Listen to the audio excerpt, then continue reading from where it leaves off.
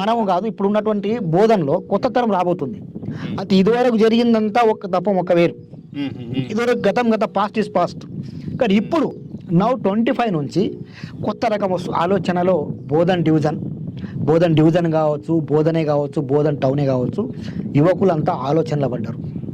ఒక ఆలోచనతోని ఒక ముందు అడుగు వేయాలి, ఒక కొత్త రకాన్ని తీసుకురావాలి, ఒక మార్పు తీసుకురావాలి, బోధన అభివృద్ధి పథం నడిపించాలి, బోధన డివిజన్ ఈ తెలంగాణలోనే ఒక మోడల్గా జరగాలి, ఆదర్శంగా జరగాలని చెప్పి మాకున్న సమాచారం ప్రకారం, మాకున్న మిత్రుల ద్వారా తెలిసింది. అంటే ఇప్పుడు రాబోయే ఎలక్షన్లో కానీ, రాబోయే ఎలక్షన్ల ముందు కానీ, ఇప్పుడు కానీ ఒక ప్రణాళిక, ఒక విజన్తో బోధనలో ఉన్న యువకులందరూ ముందు పోతే ప్రయత్నం చేస్తున్నారు.